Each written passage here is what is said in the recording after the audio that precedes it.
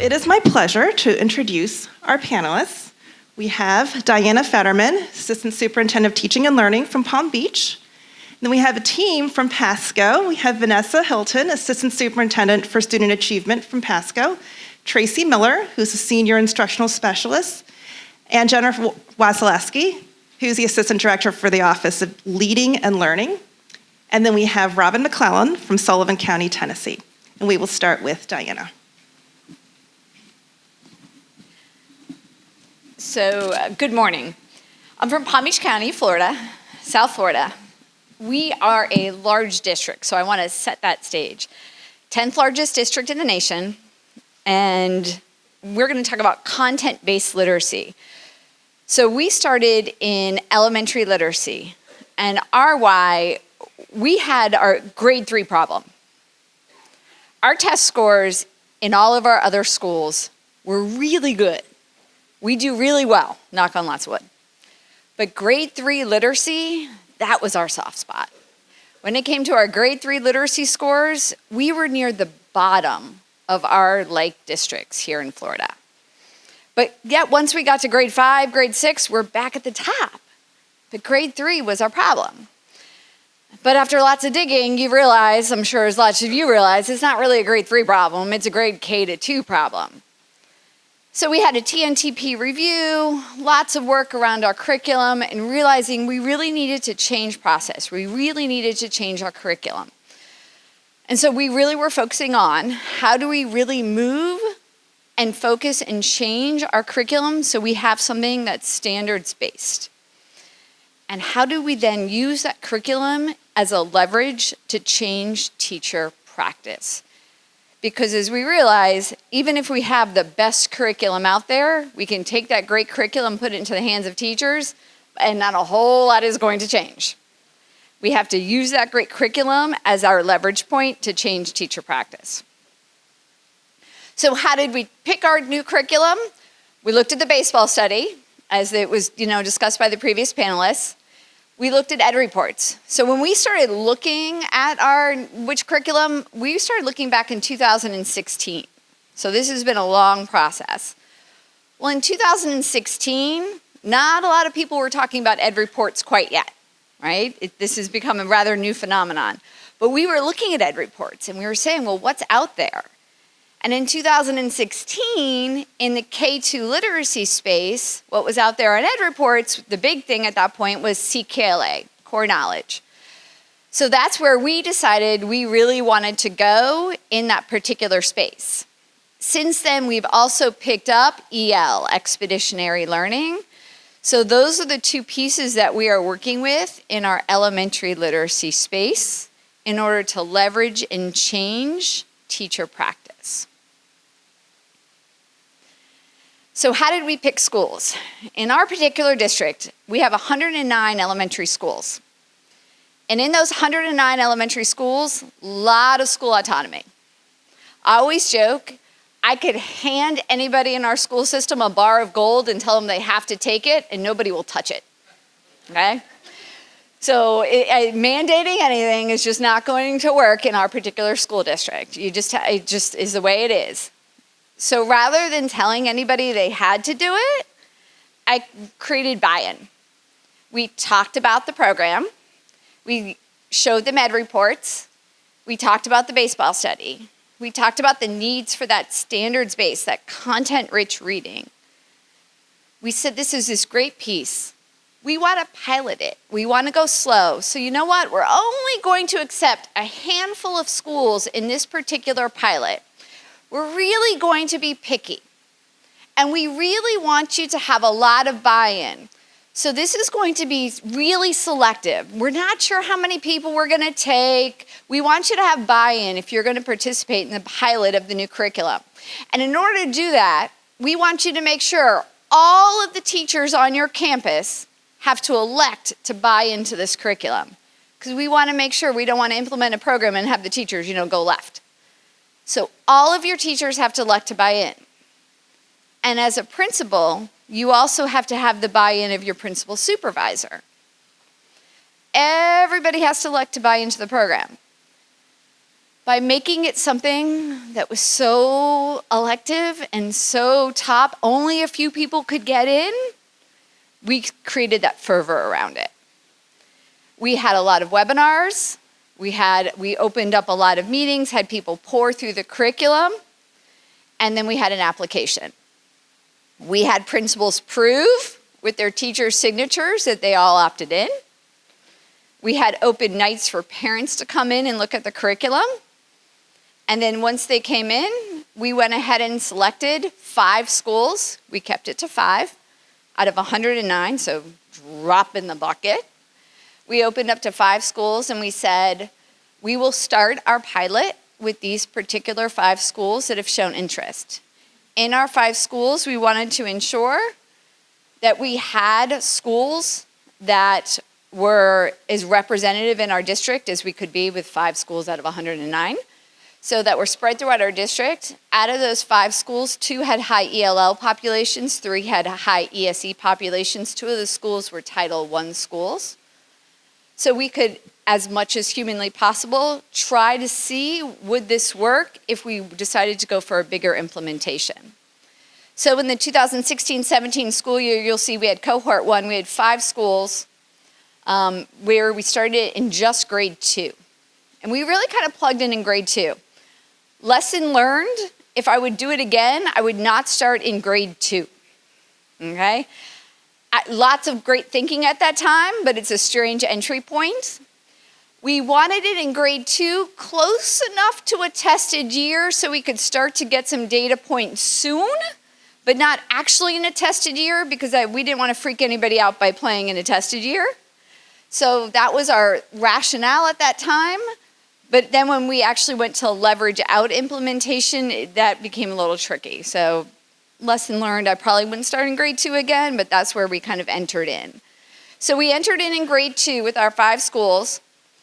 And then the next year, in those original 5 schools, we went down and up.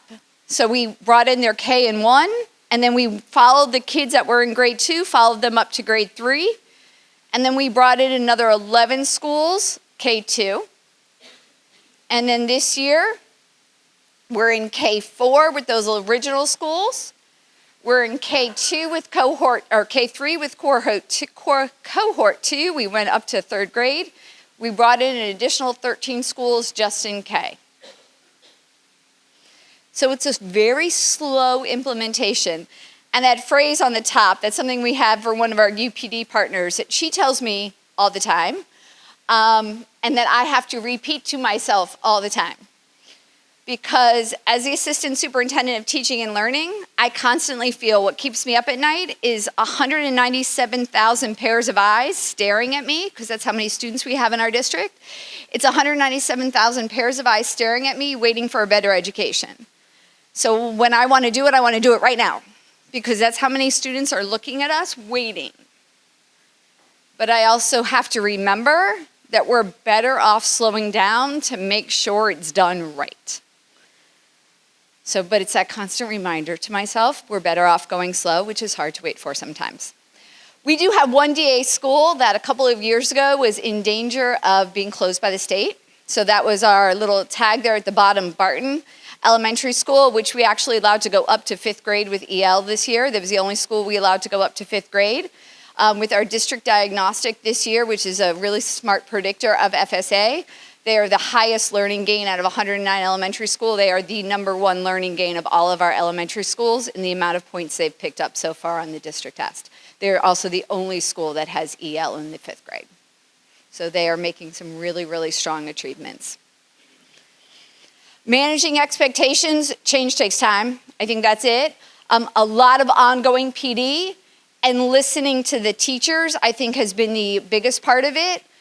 What we have learned from our teachers is if we're going to ask all the teachers, you have to follow the curriculum and you have to follow the curriculum with fidelity, then that meant we had to listen to them and take their voice into consideration. And we've done that. So what we did was we told them we would take their voice into consideration, and then we actually followed through. So when the teachers told us this would work way better if you did this for us, then we did this. So when they needed unit plans, we gave them unit plans. When they said using, that it would help them if we gave them the scales following our Marzano evaluation plans, we need the scales? Great, we created the scales. So whatever it was the teachers told us they needed, we gave it to them, but we said that means you have to follow the curriculum with fidelity. Then they followed with fidelity. We have a lot of data showing the success of our program, both our FSA scores, our end of the year summatives, but then we have a lot of district formatives along the way, plus a lot of teacher surveys. Because if the teachers aren't happy with it, it's not going to work. I think lesson learned, that teacher feedback, I just want to talk about that last one at the bottom. From one of the previous Impact Florida meetings, a superintendent made a comment or passing statement about something he used, and I grabbed it, turned and told my team, we're going to do that. My poor team's faces. It was the bi-weekly videos. He does it every week in his district. We changed it to bi-weekly look for videos.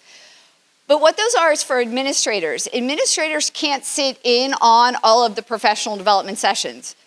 Principals are running school buildings. That is a big job, right? They can't sit in on every training session that happens. But they also have to know what's going on in the curriculum. How are they supposed to monitor for fidelity of implementation if they haven't sat in on the training sessions? So what we create for them are videos that go out every other Sunday night that show them over the next 2 weeks, grade by grade, here is what you should see in those classrooms. Here are the stories that should be read. Here's the vocabulary you should be hearing. Here are the tasks that should be happening. And it's tagged out by grade level. So that way assistant principals and principals know this is what I should be seeing in those literacy classrooms so they can monitor for fidelity of implementation. Again, it was an idea I took from one of the previous impact meetings. We took it back and it's gone beautifully. We also share it with the teachers. It's not a top secret information. We say this is what your principals and assistant principals will be looking for because this is the curriculum. But it keeps everybody on the same page of here's what the curriculum said you're doing. Here's what we all agreed to. This is what we are doing. So here is what I expect that we're going to be doing. The other big lesson learned here is for the domain maps. We expect the teachers to follow the curriculum the way the district has laid it out, not necessarily the way the curriculum company has laid it out. And to that end, CKLA has been marvelous. It has done wonders for our district. So I want to say that we really, really like it. One of the things is that we have found we've had to supplement it with some additional pieces. So for example, it has a great mythology unit, but the myths are Greek myths. So there's some fabulous myths from African countries, from Central American countries, from Native American cultures that are just more representative of the students in our district. So we've added in some additional texts that speak to our students. There are also, the Kings and Queens unit, which is phenomenal, but tells the story of European kings and queens. So we've added in some additional stories about the great kings and queens from African countries because it's important for our students to learn that. We don't want the only stories they hear of people of color to be stories of people that were enslaved. We also want them to hear stories of people of color that were kings and queens. So we've made sure that the units are more appropriate and culturally relevant. But then we've asked, the changes we've made, you need to follow those changes. All right, thank you.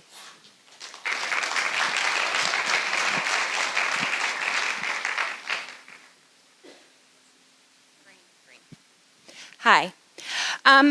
Pasco County Schools serves more than 75,000 students, and we have some unique opportunities with our demographics, and that we serve urban poverty on the west side of our county and rural poverty on the east side of our county. And as you move to a central location, there's less Title I schools there. Another unique opportunity we have is that we have a very transient population. So as our kids move from schools to schools to schools, our goal was to ensure that instruction is consistent from classroom to classroom and from school to school.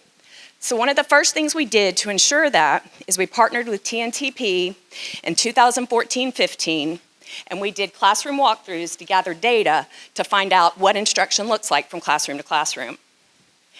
And so I vividly remember going into a 7th grade ELA classroom and seeing students engaged in a web quest. They were reading text, they were talking about text, they were writing about text. I'm like, this is awesome. Instruction looks great. I walked across the hall to another 7th grade ELA classroom. They were diagramming sentences. Broke my heart. That same exact day, we went to another 7th grade classroom at a different school, Title I school on the other side of the district. They were doing crossword puzzles. So we immediately determined there was a need to improve our curriculum. So what we did is we started looking at curriculum, analyzing curriculum, and trying to decide what we were going to do so that all students had access to grade level resources. And so what really pushed us to go ahead and make a decision about this is in 2015 and 16, we had 2 schools reopening after renovation.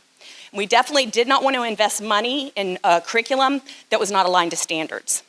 So our awesome K-5 math team got together and decided that we were going to implement Eureka Great Minds Eureka Math. So we gave those resources to those schools to try out, and kind of like you talked about, other schools caught on and they were like, well, we want those same resources too. How come we don't have access to the same great resources that these schools do? So what we did in 2016 and 17 is we implemented Great Minds Eureka in a cohort of our DA schools. And based on that data and student performance, we decided in 2017 and 18 that all elementary schools and Pasco East School also implemented. And based on the data and student outcomes, it's been really successful. So that's a little bit of context about where we are with implementation of Eureka Math. And you might, we want to also share our why about that. So just a little context. The resource that we had at that time, through that timeline that Jennifer just shared with you, was written for a different set of standards. And quite frankly, we had had those resources for a while, and our teachers weren't happy about it because our historical data showed a need was quite flat. And we heard about some flat data yesterday, but it was quite flat, and it wasn't showing that our students were learning. And in fact, even beyond K-5, our students were not performing well in mathematics. So the problems that we were creating there were impacting our entire system. For that cohort of DA schools, we really wanted to answer the question, is our curriculum holding us back? Can we remove that barrier and see better results? And so that's what we did with those DA schools. But a really important piece to all this, like we have all these, the data pieces and those and that context, but we also found that it was going to be very important. Any resource that we chose, any efforts that we made moving forward were aligned to our common vision of instructional excellence. And so Jennifer talked just a little bit about our partnership with TNTP, and you heard Superintendent Browning speak yesterday about the diagnostic that we engaged in. And that actually was in the 13-14 school year. And one big finding from that diagnostic that we've been really transparent and honest about was that we didn't have a vision. We didn't have a common vision of instruction, period. And even though we had what we thought was a common teaching framework and some other pieces that might suggest that we had consistent instruction across our district, we absolutely did not. And so we did work with our actually school-based leaders. And much like you, probably we have a mission in our district of providing a world-class education. Anybody else have anything similar to that? World-class vision of all your kids being ready for college, career, and life? You have that? So we didn't feel very special. And also you can't... and you can't give the mission of we provide a world-class education to a brand new teacher and say, here's what we want you to do. That's not enough. And so what we really wanted to do was ensure that we had a common vision of instructional excellence that did those 3 things: increase our student proficiency, our student engagement, and our teacher content knowledge. And this is what we came up with. So we asked the leaders in our district if our mission is really to provide a world-class education, what does that look like? And on the student side, this is what it looked like. So if you think about a T-chart, the student actions are here, or the student outcomes are here, and then the teacher outcomes we'll talk about through our implementation. But this is what our common vision of instructional excellence is very student focused, and I share this with you because it becomes a critical anchor for everything we do moving forward. It's a critical anchor for choices of instructional materials. It's a critical anchor for professional development that we're providing. It's a critical anchor in hiring practices, in development practices. This becomes what joins us all together across the district. So even if we had situations, and we don't with K-5 mathematics, but if we had situations where for particular reasons schools were choosing different materials or different approaches, this is what brings us together. That students are building strong content knowledge, they're able to apply their learning in new contexts, they're thinking critically, not about nothing, but about that content that they're learning, solving real world problems, they're communicating, collaborating within their school, outside of their school,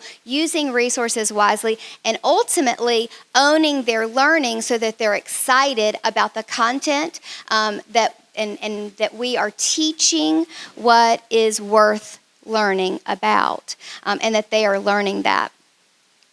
And so this becomes the anchor for everything else that you really hear about in Pasco County. So I heard a lot of people talk about yesterday the importance of aligned instructional materials, but that's only the first part of it, right? And so we have to make sure that once we put those materials in our teachers' hands, that we support them along the way. Otherwise, it really doesn't matter. And so we knew when we started this that we were going to have to put together a pretty massive professional learning structure. And before we did that, the very first thing we did was we wanted to get feedback from our schools because we had rolled out lots of curriculum in the past in our district. And there were things that we had gotten right, and there were things that we had definitely gotten wrong. And our schools had a lot of opinions about that. So we let them give us feedback on what they liked and then what they thought we could do better. So that was kind of our first step. We also knew with this implementation, that it wasn't going to happen overnight, that we needed to put together a multiple year plan. So we also knew that what we provided for principals was going to be very different than what we provided for teachers or for parents. So we really looked at all of our different stakeholder groups, and we planned supports for each of those stakeholder groups unique to their role. And I will talk more about that if you attend the session that really goes deeper into our plan. We also knew that with this curriculum, it was going to be a huge shift for our teachers. And so we knew that, yes, we were going to have to provide professional development throughout the year, but we knew that it was even more important that before we roll this out to students, there were a few things that we had to provide for all teachers. Because in the past, many times what we did was the train the trainer model, and it didn't always work. It didn't always make its way back to all of our teachers. And because this was such a huge shift, we knew we wanted to get in front of all teachers for at least the initial trainings. And I do say that I feel so fortunate that Vanessa and Superintendent Browning gave us that opportunity because they gave us the time, first of all, to listen to us, why we thought it was so important that we provide this for all students. Once we gave them the why, they made it happen for us and for our teachers. So when we first rolled out, we made sure that we gave them an introduction training. And in this training, we gave them the why, just like Palm Beach did, because we wanted them to know why this was the best curriculum for students. Also, in that session, we made sure that we hit some of the things that were lessons learned. That's why it was really important that we shared our journey. During that cohort year, there were things that we did right. And then there were things we did not do right. So all throughout that year, what we did was we were constantly in communication with the principals, instructional coaches, and teachers within those buildings. We were constantly checking in with them and surveying them. And we were asking them, what did we provide that you felt was right? What do you feel like we provided that maybe isn't necessary when we go district-wide? And then what were the things we did not provide for you that you wish we would have? And really, so that first introduction training that we did was based on those things, all the lessons that we had learned. We also trained all teachers on their very first module study because we wanted to make sure that before they were off doing this work in their PLCs, that we set up the structure and what that would look like in PLCs. And then also with this curriculum, fluency is super important, and those fluency routines are not the easiest to pull off. So we also provided a fluency training for all teachers in our district before they ever had to use the curriculum with students.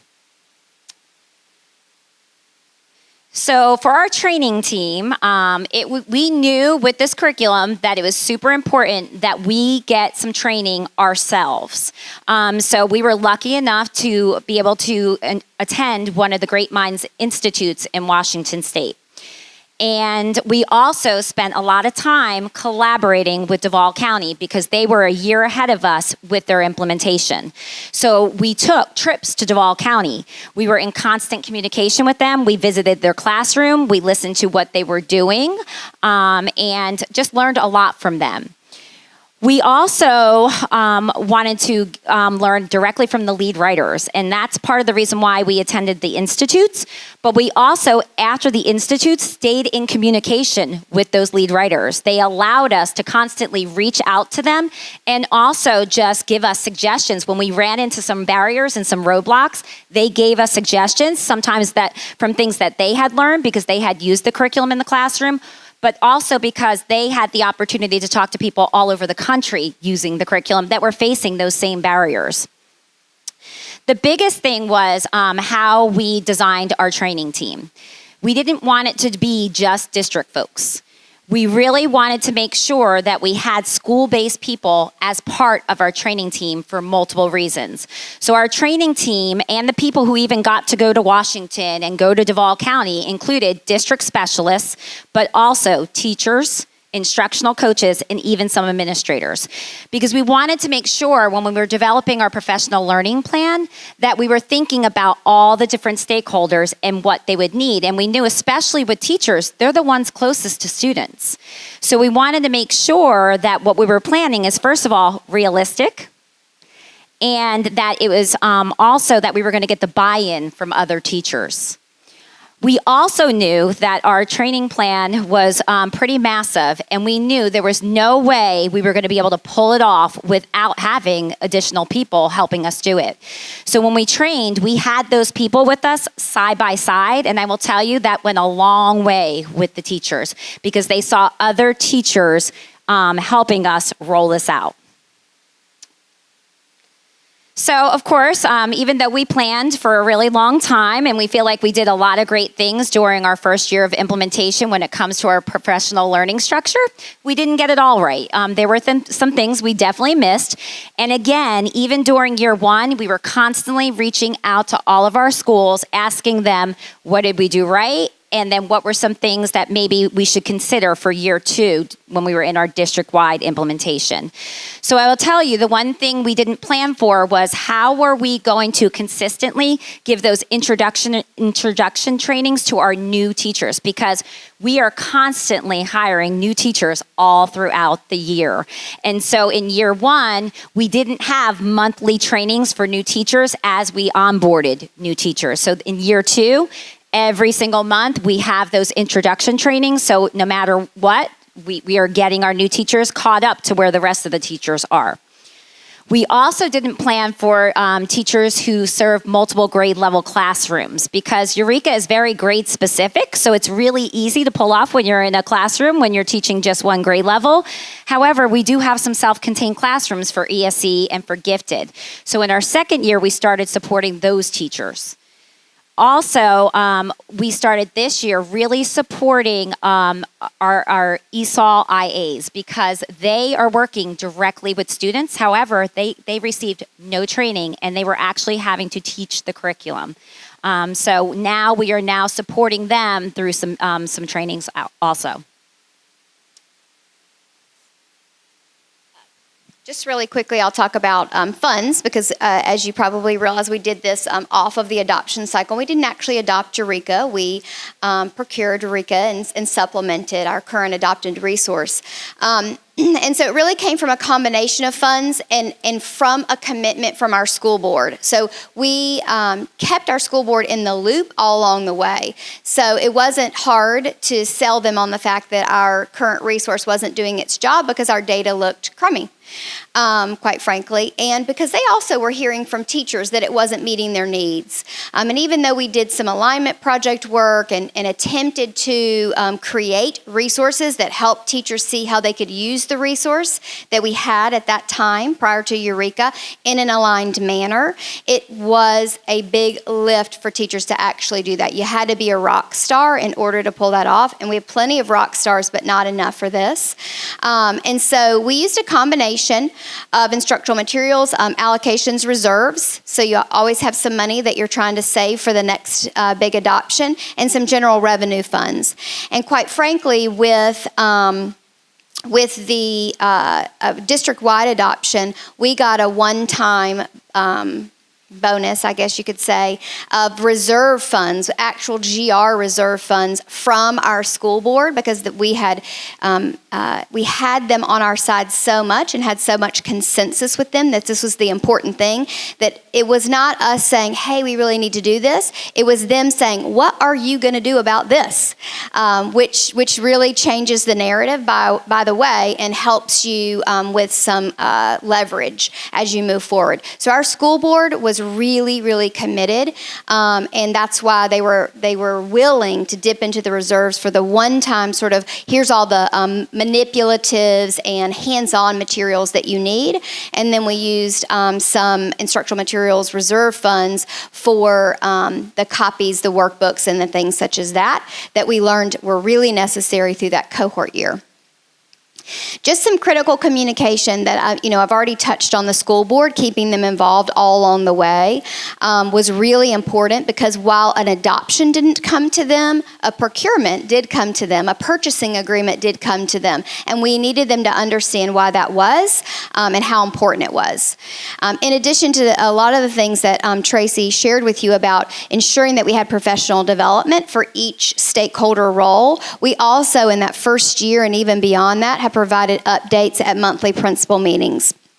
We must have also been at the same meeting as Diana, because we also have a principal playbook, not videos, but or some videos, a combination of videos for all of our content areas for the upcoming time frames for principals to know and assistant principals to know this is what should be happening in the classroom. These are things that you can look for. These are things that you can ask about. And we do that for each professional development session as well. So when they send teachers out of their building and invest that time in professional development, we also that following week or month or at another time frame will say, okay, any teachers who have been to this professional development, Eureka or otherwise, here are the look-fors and the ask-abouts and what you should be expecting in your classroom. But we're also doing the curriculum sort of calendar of this is the next week, this is what you should be seeing and looking for. We also have teacher newsletters that we're providing as well on a regular basis to ensure that they have access right at their fingertips to the resources that we want them to be paying the most attention to.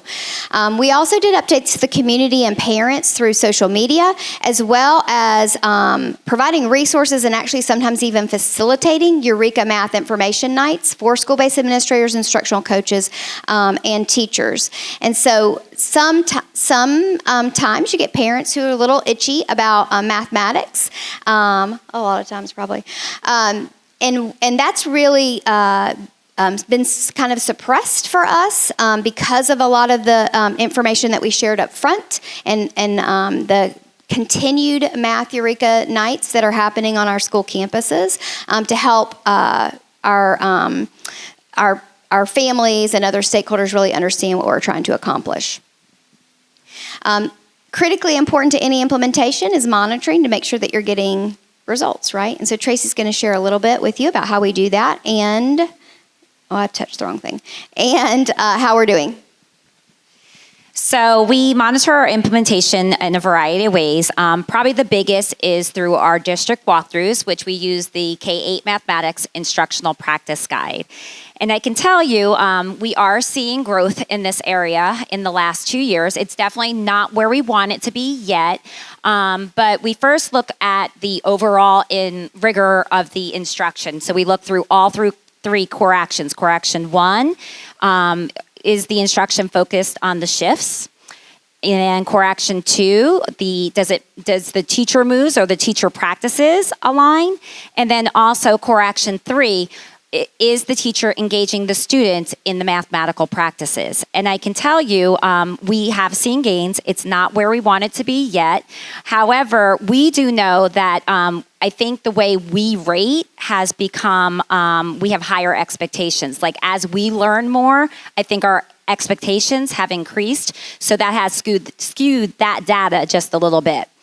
With our quarterly checks, we have those for kindergarten through 5th grade. And I can tell you, this is probably where we're seeing the greatest success this year.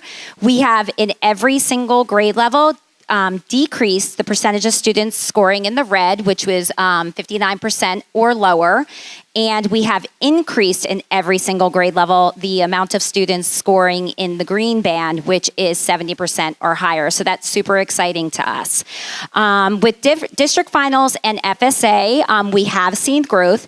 We did see gains last year in grades 3 and 5. 4th grade, we saw a minor dip, but that we do think that was because we did mess with the scope and sequence with 4th grade just a tiny bit, because as we know, 4th grade has more standards than every other grade level. And so testing was earlier last year, so we did mess with the scope and sequence. That was a lesson learned. We have since then revised it based on that data, so we're hoping for better results in 4th grade as well. Probably the most exciting thing for us is in grades 2 and grade 5. We are starting to see super gains in those 2 grade levels, which historically that had not happened for us.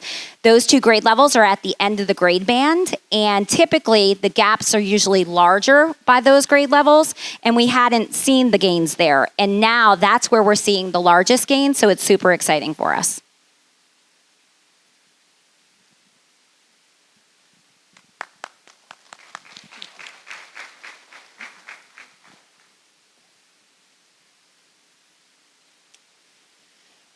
Good to be with you from Tennessee. Robin McClellan. I'm supervisor of elementary education, 10,000 kids, 11 elementary schools, just me, and 1 instructional coach. So I am in the weeds.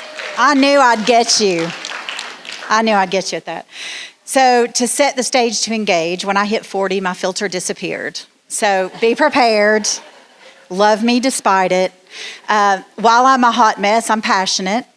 I'm an advocate for children and teachers in that order, and that would include the children and teachers of the state of Florida. That's why I'm here. That's why my 12-year-old is at home, and apparently her dad does just fine without me, so I may just stay down here. I say y'all too much. In Tennessee, it means you all. It's a term of endearment. It's a term of connection, and it comes out of my mouth like carbon dioxide, so be prepared. I have to talk fast because I have 3 years of work to share in about 8 to 10 minutes, and Grace is pretty tough on me up here. No, not really. So she's going to pull out the hook when I'm past. And we also have implemented CKLA, like my friend Diana. And just 2 things to grab you into that. You've heard Sue and Barbara and Renee talk about the 2 most important strands: building background knowledge, which we've started to hear so much about thanks to the Knowledge Matter Tour, and explicit foundational skills instruction. And I have seen every child rise when we throw that gauntlet down and provide our teachers with the tools that they need and the research behind it. So why did we move to strong aligned? I'm just going to provide a little why, and then we're going to get into the professional learning structures. And also I want to tell you, when I received my doctorate, the only thing literally that I remember from that whole program was triangulation. I'm not kidding. So if you were to think about triangulation and chart the trends of these amazing women and their work, and me, which not amazing, hot mess, but I'm with you. you would be able to triangulate trends again and again and again. And I just want to say amen all the time to what you're saying. Your struggles are my struggles. Your celebrations are my celebrations. So we had drama queen, we had a state of crisis in our district. So if you'll notice, third grade for a long, long time is about 30% proficient on track and mastered in Tennessee. We also had Common Core standards. We also stepped back and punted and moved to Tennessee state standards, which still mirror college and career ready standards. All that to say, there's hope. Keep trucking. No worries. But if you will notice the trend between third grade on track and mastered just last year to English 3 on track and mastered, you guys, we are not changing the game for kids. So our third grade proficiency scores are similar to our English 3, and it's not good enough. You saw yesterday that manual about a welding manual, you had to be able to read on a 9th grade level. Welders make more than we do, FYI, especially underwater welders. So, of course, there's lots of talent and God-given gift there too, but they have to be able to access 9th grade literacy and 9th grade proficiency. They're not going to get it. Radical state of emergency, time for a literacy revolution. So I put those poker chips down because I have 90 teacher leaders I also work with. And I brought those people to the table, K-12, and I said, oh my gosh, you guys, look at this data. I said, 20 of you stand up. And I handed 14 a green poker chip and 6 a red poker chip. And I said, you 14 move over there, you 6 move over here. You 14 are the lucky ones. You are the 70% who are going to read on grade level and not be challenged every single year interacting and tackling text. But I'm so sorry, you 6. Did I switch it? I switched it. You 6 are the lucky chosen few. You 14, sorry, I've just impacted your life forever. I'm so sorry. I'm a little nervous, but it's all right. So you 6 are the lucky few. Now you 14, tell me, what are your stories? So I don't eat at home was what one person said. Not prompted, just we don't have any books at home. My mom and dad both work all the time, and I'm really kind of raising my sibling by myself. I said, so tell me, which of your excuses makes it okay for you to not be reading? And it was silence. It is what it is. We've got to move on. 4-wall kids is what we call them. What can we do within our 4 walls to make impact for children? So we also had another little state of emergency. We partnered with TNTP, who has my heart forever, Connection, Saving Our Kids. So in spring of 2016, they came in and they said, oh my gosh, only 6% of your lessons in K2 classrooms showed full alignment to standards, which are very similar to your standards. State of emergency. Let me get you some buy-in. Locally, we have no dollars. I love my director. No, I'm not kidding. See, I got y'all again, didn't I? Hello. We have no dollars. Our director will not buy us sticky notes. So if anybody brought any, I'm sitting right back there with Zach and Laura. Not kidding, not kidding. No dollars. And I love her, but we are constantly cut, and we're battling districts near us who steal our money. Anyway. We did partner with SCORE. SCORE is a lot like Impact Florida, I believe. So it's trying to bring districts together who want to be innovators and who want to make change.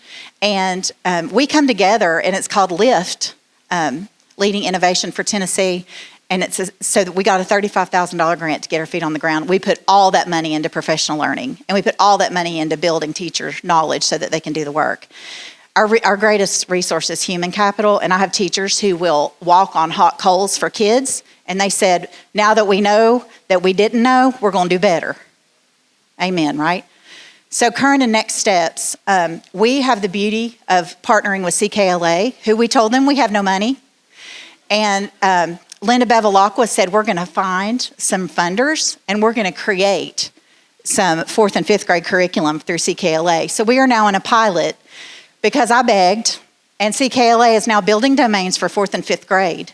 So K3 is free. Did you all know that? K3 is free. So we had no money, so I downloaded, and my 82-year-old secretary and I came in on Saturdays. Y'all, I'm not kidding. I'm not kidding. And we copied our guts out every Saturday for like 6 months. Doesn't matter, saving kids, saving kids. I'm gonna tell her you clap for her. She deserves it. 82, she does, yeah, that's all I'm gonna say. So listen to the beauty of it. CKLA is building domains, and we're piloting and we're giving them feedback. And do you know what the first book was that my children, who have no diversity with skin color, got to read? They got to read Brown Girl Dreaming by Jacqueline Woodson. And it's one of the most beautiful, impactful pieces of literature I've ever read because it's all written in prose, but it lets our children connect with the story of someone who does not have their story. So if I'm building better people and better humans through great literature and great curriculum, hey, that's my mission. I can go to heaven and feel like I did an okay job. This is a big old hot mess too, but I'm gonna share the presentation with you guys, but the next slide will help it be more digestible. So 16-17, we saw the state of emergency, 30% of kids reading on grade level, 6% of lessons aligned. So we said, we gotta go all in. So we had a pilot similar to my friends, Diana, pilot CKLA with grades K through 2 at 3 schools. They're the 3 schools' initials. I chose leaders who have early childhood backgrounds to be able to do the work because they already had the background knowledge about, but we still had to build capacity. And apparently, even though I taught 1st and 2nd and 3rd grade, I failed kids because I did not know the research and I did not teach correctly. So now that I know better, I'll do better, right? The second year, we call those first year people the game changers. So I'm bringing them together and I'm asking them to do something radically different. And they're like, one of them said, this could change the game for kids. I said, do you know what your name is? The Game Changers. So the Game Changers then, the next year, rolled out the CKLA work to grades K through 2 teachers across Sullivan County. So 24 Game Changers rolled it out to 140 difference makers. I'm so weird. I just think in pictures and acronyms, and that's just how I roll. So then we also piloted CKLA with pre-K, and we piloted CKLA with grade 3 at those same 3 pilot schools whose leaders already had the capacity built. This year we're in, we rolled out CKLA to all pre-K 3 are teaching it across all of Sullivan County, 11 schools, 140 teachers. And we are piloting CKLA with 4th grade because core knowledge is building domains that are free for us to access and that I'm copying, and it's okay because it's worth it. And again, beautiful, beautiful curriculum that's got the skills work and the background knowledge. Next year, we are going to roll out CKLA. I'm tired of waiting, so rather than pilot 5th, we're going all in, pre-K 5, and it's time for a literacy revolution because they are rising. That's my hashtag, they will rise. I think I made it up, but if I didn't, just act like I did. So here are some of the outcomes. When TNTP came back through and they have trained our leaders in how to use the IPG to score, and we're working now on calibrating with the beautiful Kate Glover, who's my partner in crime, we have moved from 6% of lessons aligned to standards to 76% of lessons aligned to standards. And you know why? Strong curriculum pours the footers and teachers build the house. That's I think I made that one up too, but I might be lying. So at the bottom, in the beginning, 27% of our writing assignments were grade appropriate. Now, it's not like this every day. Don't get me wrong, I'm not painting a rainbow. But now 100% of those classrooms that the IPG was using to score the students' work, 100% of the writing assignments were grade appropriate. Shout out to the teachers. Top right, similar to some of my friends, we have moved from fall this year to winter this year. We have moved 10% of our kids out of 0 to 25th percentile. And we have moved 10% of our kids into 75th to 100th percentile. Big, it's big, saving kids. And that's meeting the needs of every learner, right? So when I threw down the gauntlet, I said, will they pick it up? And you know, that growth mindset, I think Sue talked about that as well. The growth mindset is we have to believe in our children, but we also have to believe in our teachers. So when I brought my teachers together, I said, I know I'm over time, but please don't make me stop. You're looking at somebody else back there. You're looking at Christina. When I threw down the gauntlet, the teachers picked it up because when I brought them together, I said, how dare me put limits on what you can do? How dare that I would say you can't rise to a challenge I throw down? Similarly, how dare you put limits on kids, put that glass ceiling on what they can do, the children whose English is a second language, the children who have a learning disability, the children who are low-resourced homes, the children who were born addicted to drugs, which is rampant in Northeast Tennessee. Don't you dare put limits on them. And that was a wake-up call. So really quickly, you have a postcard on the middle of your table. This is Children Will Rise. This is a child at Emmett, where I was principal for 10 years, 90% poverty. This child had nothing. He was born into a home where he was put in a high chair for the first 2 years of his life. That's where he lived, was in a high chair. So he was adopted by a low-resourced family. It was a great aunt. And this child came from so little bringing to the table to his art teacher taught them. She loves Van Gogh. And so she taught them about the Starry Night.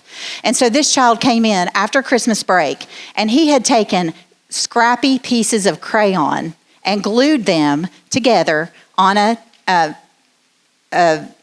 help me, some kind of a background. Canvas, thank you.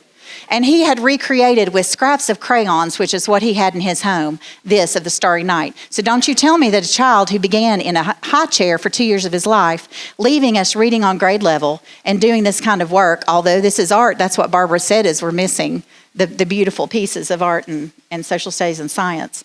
That's just a reminder to say children will rise when you believe in them.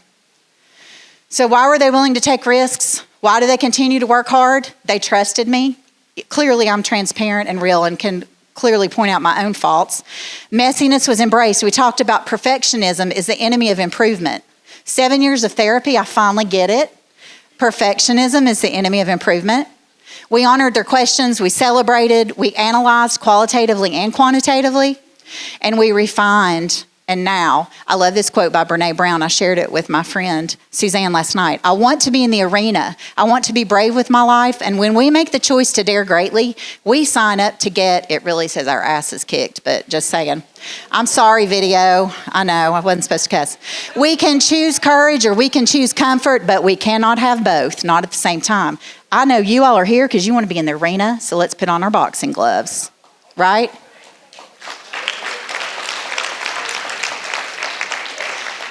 So quickly talking about the whole purpose is I just wanted to build the background so you can see where the passion and the work comes from. The magic makers are the 24 pilot teachers and leaders, the game changers.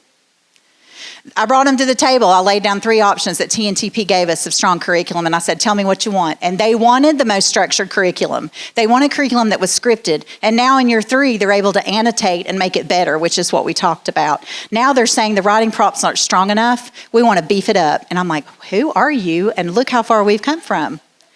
And so they received paper copies of materials and 1 day of training, and then they went to do it. And they had to know I trusted them to be messy because we were in a state of crisis. Implementation. So the game changers came to us with Chris Daniels at the time and now Kate Glover, and they learned new concepts. We took the enduring understanding of the domain. Kings and queens is what you heard about. And then we mapped out what do we need for children to get there. And then we mapped out daily what do we need for children to get there. They solved problems of practice just like they talked about. They listened to their teachers. They said, what is it you're struggling with? What is missing? We came together and we were real and we charted it out and we worked to solve those problems of practice. And then we planned for the next domain. So 24 people every month coming together to plan, solve problems, and go back and do the work. They emailed each other, called each other, shared with each other. They shared presentations that they had created that are exactly what CKLA asks for, fidelity. Now they're leading their peers. You heard from the power of my friends up here, the power of their peers, their teacher leaders that were building their capacity. They host dozens of classroom visits. They've had everybody in their classroom all the time. Now they're numb. I mean, some of them have been videoed, and we share it and we analyze it for who's doing the cognitive lift. We're just real with each other now. We're saving kids. So they answer questions constantly. They lead the rollout. So we build their capacity, and then they go back and roll it out. And in the middle, I build the principal's capacity so they can sit in those meetings and provide proximity to the rowdy teachers and know exactly what's going on. I know, you're with me. So the principals, in the beginning, those 3 were co-facilitators. They helped me roll it out to the others. Now listen to what we do with principals right now. It's very different, and I hope that you can take this back. Principals come together with Kate and me, and we do site visits, and every other month we walk through, and we use the IPG, and teachers are used to us now, and we go through and we just score. And then we come back to the table, and we learn something new, and then we chart our findings and we give recommendations and celebrations to that school. But then the principals make notes of what am I seeing and how do I apply what I've just learned, because Kate's just taught them about looking for who's taken on the cognitive lift, et cetera. They go back and apply it to their schools. Now listen to what happened. Every other month, those principals are meeting in small groups without me so that they can be totally transparent. And they are doing their own walkthroughs in small groups led by those initial 3 principals. So with me, once every other month, then on their own, they're going out in small groups and grappling and doing the work and confirming and questioning what's going on. I'm trying to hurry. So as a summarizer, I'm going to share anything you want with you, but as a summarizer, this is the process of what I just went through. And then finally, communication around the change effort. I'm the weirdest Twitter junkie because I just found out about it, and I have friends from all over the country now because of this. Like I just met the rock star Barbara Davidson and Sue Pimentel, and I'm like, it's like Elvis is in the room. It's just like, Tennessee. That he's our rock star, but yeah, they're my rock stars. So we had a Google Classroom. I push teachers constantly to celebrate, share student work, share epiphanies. They post it in the Google Classroom. It shoots out to all 120 teachers, and they're able to see the work that's going on. I have a teacher who writes blogs. I just recently wrote my first blog with the help of Karen Vates, and it's just fun work, and I don't think I'm important, but I think the message that what our teachers are doing is important. Press releases. We've started to celebrate the work of our district. Because we have no money, we have to really show we're the one. I love that Pasco said, we're the one you're choosing. And I'm taking that message back as well. When we get together, I email summarizers of all the work out to principals and make sure that they're on the same page. We also do surveys, parent surveys, to talk about what is my child doing. The parents are saying, oh my gosh, they know so much more than I do. We're on the trampoline and he's teaching me about the War of 1812. And I'm like, preach, amen. And then, again, lots of data, and then ideas. I push out ideas from the student toolkit from TNTP, and when I go in classrooms, and actually Emma was with us, and the teacher was using a toolkit strategy from the TNTP toolkit that I had shared out. So when you throw it down, some of them are going to pick it up, and that's better than them not having anything thrown down. So I think that's it. Thank you.